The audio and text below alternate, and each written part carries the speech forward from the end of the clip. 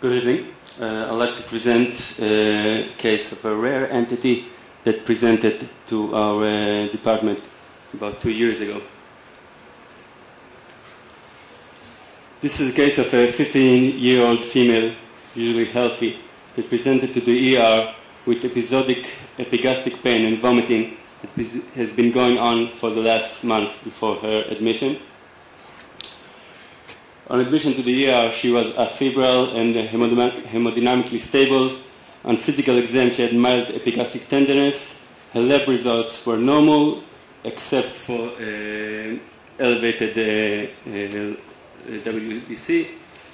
And we did a CT, abdominal CT, that showed hypodense multicystic lesion about 9 centimeters in diameter in the left liver lobe, compressing the stomach. Just show you a few images. What do you think about this imaging? Of course, you already know from the headline that it's a tumor, but at this point, we suspected it to be some kind of abscess. She had a history of travel to some village in Greece. We did a percutaneous drainage tried to do a percutaneous drainage of this abscess, which resulted in blood, and then we halted and did a further workup. We took tumor markers that show elevated CA 125 with normal AFP. Other tumor markers were also normal. Upper endoscopy was unremarkable, and eventually we did a needle biopsy of this mass with the result of a high-grade neuroendocrine tumor. We discussed her case with our tumor board and decided to go to surgery. She underwent left hepatectomy with hilar lymph node dissection.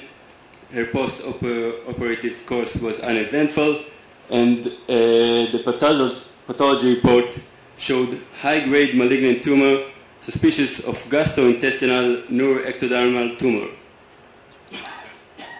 Just a quick review of the pathology. The tumor stained positive for S100, synoptopsin, homogranin, and CD56. Other numerous stains were negative. MIBG proliferation shows about 25% proliferation. The margins of the resection were normal, and 2 lymph nodes were positive for metastasis. Just a quick pause from our case to discuss this tumor for those of us like myself that don't know this entity. Mesenchymal tumors of the gastrointestinal tracts are, like most of us know, are mostly composed of GIST. A small portion of these mesenchymal tumors are clear cell carcinomas of tendons and aponeurosis, also known as malignant myeloma of soft parts.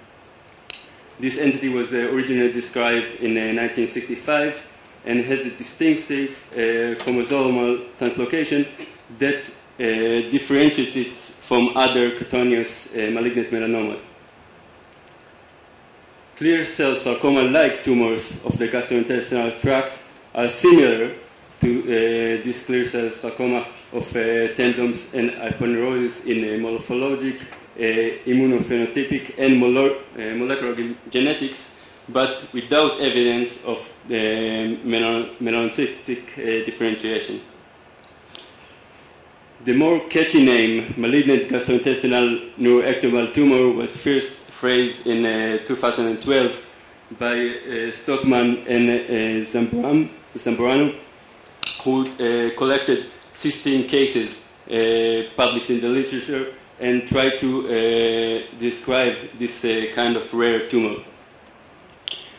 They described a highly aggressive tumor that presented mainly in young and middle-aged adults with high rates of local recurrence after surgery. It presents mainly in small bowel, stomach, and colon. Just remember, remind you, our patient presented solely in the liver without any evidence of other gastrointestinal involvement. And this tumor has a poor prognosis with mean survival of just 32 months. Back to our patient. Due to the fact that this tumor does not respond well to any chemotherapy, she did not receive any adjuvant treatment, and she was followed up, and 10 months later, after the initial surgery, she presented again to the ER with abdominal pain and weakness. A CT and a PET scan was done and showed a new mass in the liver hilum, just adjusted to the IVC, as can be seen here. We did a second laparotomy with resection of two small masses that were found during the laparotomy, one adjusted to the IVC and one between the CBD and the common hepatic artery. And the pathology showed metastatic recurrence of the same rare tumor. This time she did receive adjuvant treatment because of, as I said, this tumor does not, there's no real evidence of what kind of chemotherapy is good for this tumor. She received a wide range of agents, overall 6 courses of treatment, and with good tolerance to this treatment. She was further followed up, and during just last month, on routine follow-up, or during all this follow-up, she was asymptomatic. A routine follow-up, a routine CT scan 8 months after the end of her last cycle showed new small masses adjusted to the cut surface of the liver and behind the IVC, as can be seen here. PET scan also showed the uptake in those two lesions, and those are highly suspected of recurrence. So, what would you do next?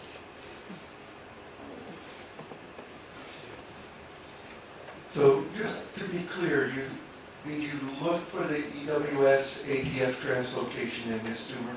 Yeah, we looked at it. It was inconclusive. This diagnosis was reviewed extensively by our pathology department without any clear evidence that this is the actual diagnosis, but this is the best they could give us. It's not 100% correlates with what's presented in the literature, but it's the number one DD so far. Did they do the molecular typing? Did they do the actual molecular next generation sequencing of the tumor? Yeah, it was negative for this kind of the translocation. And was it positive for anything else? It was positive for several markers that corresponded to this kind of tumor. No, not immunohistochemistry, not NGS. Next generation sequencing. As far as I know, no. So I don't know what this is, so I'll follow this classic academic rule of talking about something I do know about. I don't know what that.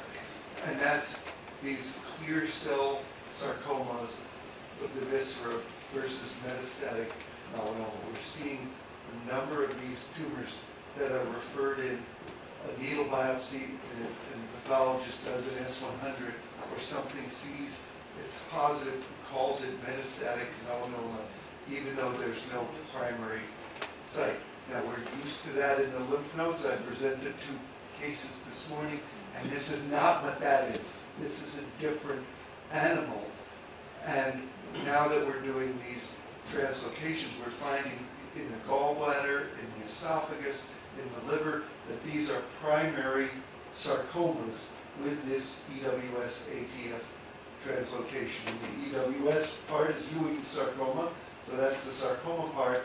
The ATF drives the MIPF transcription factors which replicate all of the melanocyte differentiation.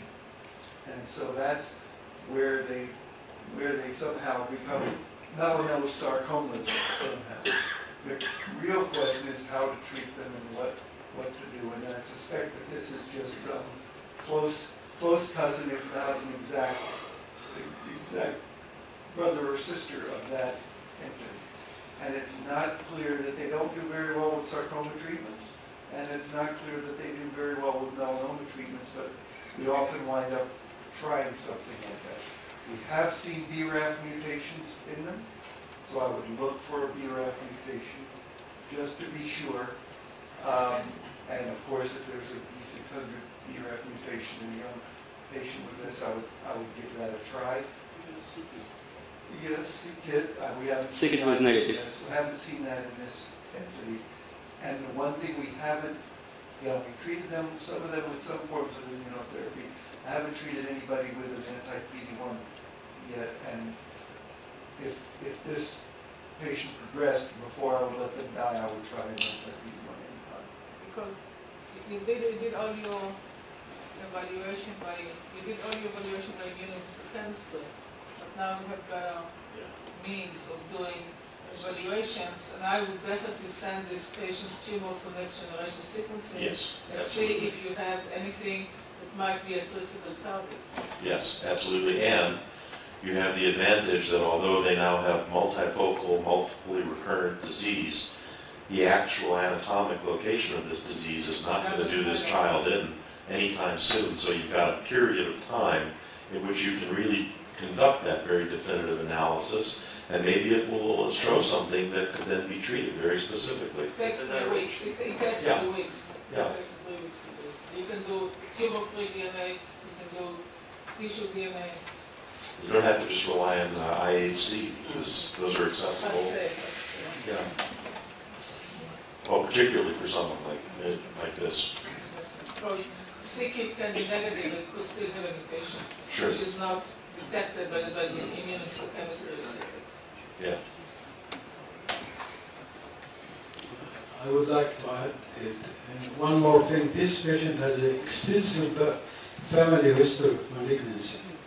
Her aunt, young, carcinoma of pancreas, and her one of her grandfather, carcinoma of the colon, so she has a very rich genetic background of malignancy. So frankly, all the more reason to harvest tissue and bank it and do that type of an analysis now, knowing that 5 years from now, even if she's not alive, her younger sister or some other sibling might benefit by having her tissue still available to be analyzed. Okay. Of course, it's very touchy case because it's a school-age patient.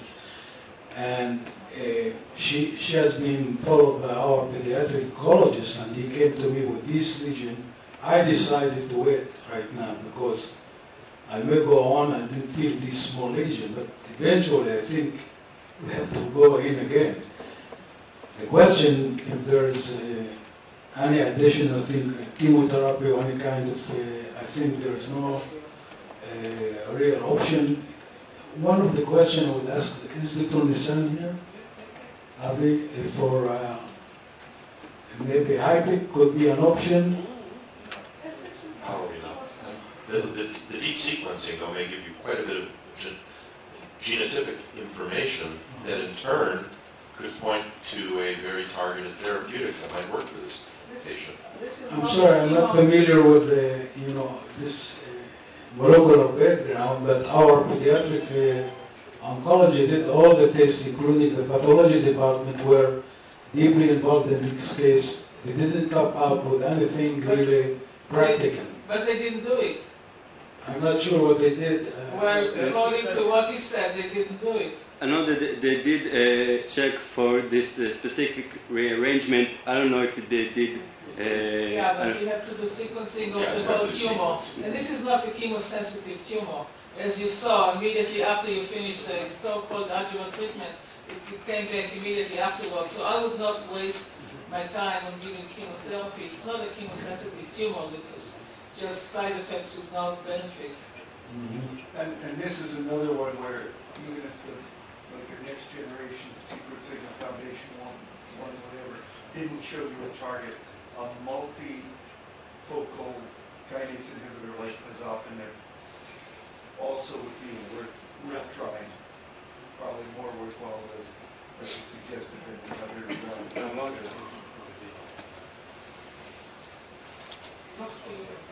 Okay, I think we'll do this subject. Thank you very much.